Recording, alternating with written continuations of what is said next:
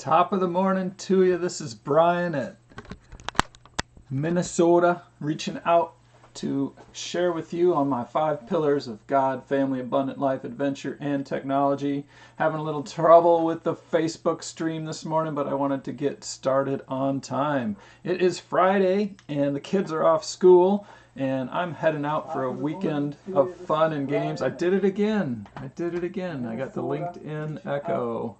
Let's fix that. I'll get this figured out sometime. Heading out with my girlfriend, my wife, to go on a little escape weekend from the kids, from the family, to invest in each other, to invest in our family, our leadership, and our relationship with Christ. That's our my number one pillar in life. Last week we talked about God and listening, and this week we're going to continue that listening theme, because there's nothing that can give more love and connection than actually listening to someone.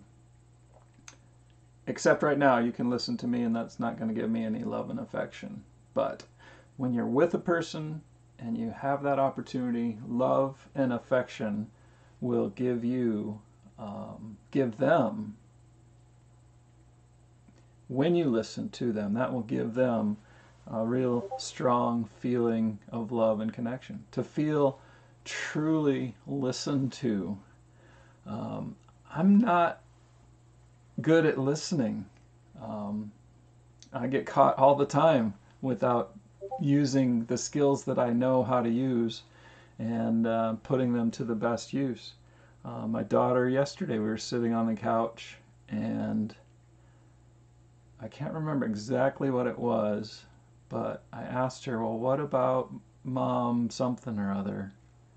And she said, in that tone of voice that says, you weren't listening to me, Mom's doing something else, or I don't remember exactly what it was. And the tone of voice and the 3 other conversations I had going on around me, I knew I wasn't listening. So I looked at her in the eye and I said, did you tell me that already? And she nodded.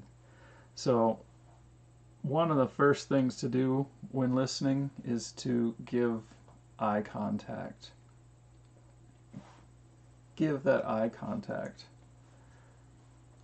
And that's so easy out in the world, out in life, but today's topic is family. We take our families for granted because they're always there. They love us no matter what, and we know it. And if you don't, I'm sorry that that's the family you're in. But God loves you no matter what. You can't get him to love you more. You can't get him to love you less. But family, and those that we're closest to, let's go there for those that may not have the loving family that I've been blessed with. They know we're there. They know we're there no matter what. And they, meaning we, me, and them, family in general, on average, treat each other worse than we treat normal people. There's nothing to impress there. There's no extra standards. And I find myself erring with those fouled up thoughts, and I don't give eye contact. The other night, my daughter, she's a senior, and we let her stay up a little later and chat online and do some other things that we wouldn't normally do. We want her to fail and make her mistakes at home. That's part of our family, taking care and getting the right sleep and things like that. And then I looked over to her at the computer as I was going upstairs, and I said, good night, Mary. And I was doing a really good job of eye contact because I've been thinking about this week. And she said night. She didn't even turn her head. She didn't even really respond much at all. And I said, no, good night, Mary. And she looked over to me and said, good night. And it's just something I'm not good at. But it's kind of one of my main foci. It's my main focus. Foci should not be plural. Don't get confused there. right now is to talk to people with full eye contact in the family, in the household. When I'm teaching, when I'm loving on somebody, when I'm answering what they're talking about, is to give that full eye contact. And then my next flaw is listening when someone is speaking to what I'm going to say next. I've got this script running in my head about, okay, I can listen to them and I can think about something really elegant and smart to say in the next moment. I can be really outstanding and impress them and power them, and it does just the opposite. When I'm thinking and processing what I'm saying, how do I make me better? How do I elevate me? How do I elevate me? It deflates them. So listening to what I'm going to say is my second listening flaw. So what am I working on? We don't want to say that, oh, that's my flaw, without talking about what do you do? What is my target? Is to listen. Just be fully listening to that person. And then think about what to say afterwards. It'll give that they know. You feel it. If you can do that, if I can do that, it will show the people around me more love and connection. It will make those people around me feel loved and feel listened to. So listening to what I'm going to say, I need to fully listen to that. And then I need to do the polite parrot. So if somebody went on and on about something important to them, I need to politely pause when they stop talking, think about how I understand what they said, and do the polite parrot. Parrot it back to them. Say, oh, so you're really struggling with getting the math done? And then what I want to do as a strong male is I want to fix it. So leaving that out, that's a whole different conversation for another day. Where does all this problem come from? Where does the eye contact is easy? We're trying to run around. We're trying to talk in different rooms. There's third. It's not on my list. Be in the same space. I think it feels like a control issue, but when you're talking from this room to that room, unless it's a quick, hey, what's 25 times 25? Oh, it's 625. Unless it's a quick factual thing, even getting people for dinner is like, well, let me go down the hallway, especially since I spend so much time working in the office. Let me go down the hallway, knock, open the door, get the eye contact.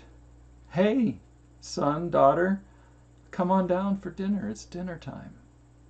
Getting that, it doesn't cost a lot, but being in the same space makes a powerful listening. I offended my daughter last week, and didn't realize I had done it, because she often has a response that's like blockers every time you give any correction and guidance. Unfortunately, she's cursed with being perfect like me. Haha, tongue-in-cheek. And she was walking with her back toward me down the hallway in a different room, grumbling about the thing that was bothering her from way earlier in the week. And that was kind of a eye-opening part for me about being in that same space. Later that day, I went to her room and sat down in her space and talked about how I didn't listen and how I wasn't practicing what I preach. And the reason I preach it is because I need practice on it. So thank you for bearing with me on this journey to build a better and stronger family. Where does all this problem come from? It comes from right up here. This thing can work about 800 words per minute. Sounds kind of measly compared to some of the computers and tech we have today, my fifth pillar, technology. But we're thinking at 800 words per minute. If you're on Audible and you're listening, that's about 200, 150 words per minute, 160 words per minute, plus or minus whatever.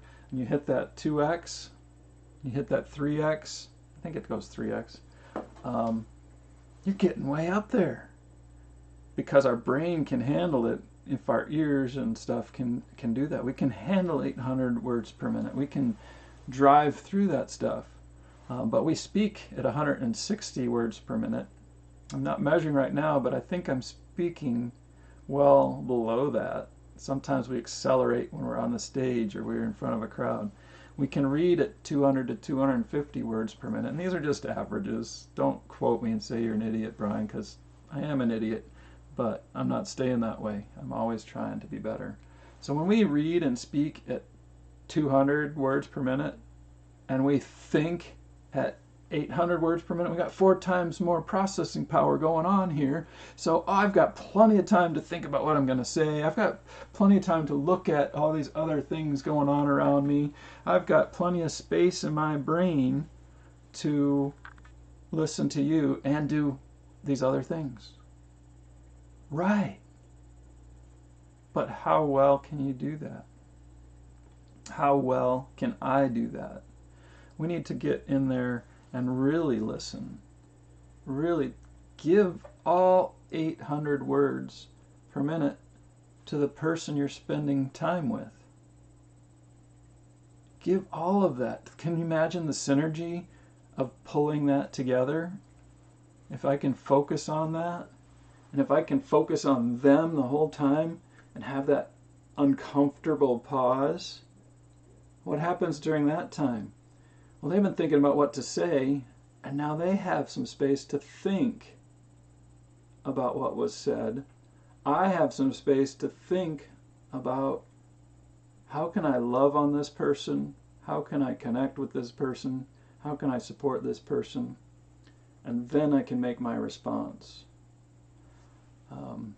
Last thing I want to add on the listening today is Stephen Covey. Just a great collection of thoughts in the 7 Habits of Highly Effective People. I've been coaching and guiding and serving and helping others for many years, and I've got tons of great ideas. I got tons of great hints. And when I went back a couple years ago and read the 7 Habits again, I found 90% of my content. It's not content, it's who I've become. It's not all his, but it's come together in one place. And where it fits in today's lesson is seek first to understand, then to be understood. Seek first to understand, and then to be understood. It's habit 5 of the 7 habits. The first 3 habits are kind of that internal facing. What do I need to do to be a better person, to be a better presence around people? The next 3 habits are how do I connect and work with outside people, outside of myself, and seek first to understand and then to be understood is the second of those habits. And the last habit is how to grow and improve yourself, sharpening the saw. So 7 Habits is a powerful, powerful read. And you can, I'm going to put it on my list right now, read it again. Read 7 Habits again on Audible. And then I'm going to become a better person. I'm going to become a better parent. I'm going to be a better husband. I'm going to be, well, this is about family this week, but I'll be better in business. I'll be better at church. I'll be better in the community by being a listener. I want to thank you for listening today. I appreciate you coming out or finding this thread, and I'm just trying to make a difference. I know I started this years ago trying to sell business and do things like that, but now it's really, I've done stupid stuff. I don't use eye contact. I think about what I'm going to tell you when I'm listening to you. I talk to you from the other room, all kinds of garbage activities and events, and my listening. And I have goals to be better in all three of those areas. I'm going to look at people when they're talking. I'm going to listen to what they're saying instead of processing what I'm going to say. And I'm going to be in the same space when I'm talking with people. Thank you for joining me. Come back next week. I'm adjusting the time into the week, into the work week a little bit, so you may catch this at a different time. I haven't picked the best time with kids off to school and stuff. This time work today because they're off school, but this is not normally a good time because we're heading out to the bus with the younger two. But come back and learn about my adventures with God, family, abundant life, adventure, and technology. And you be blessed.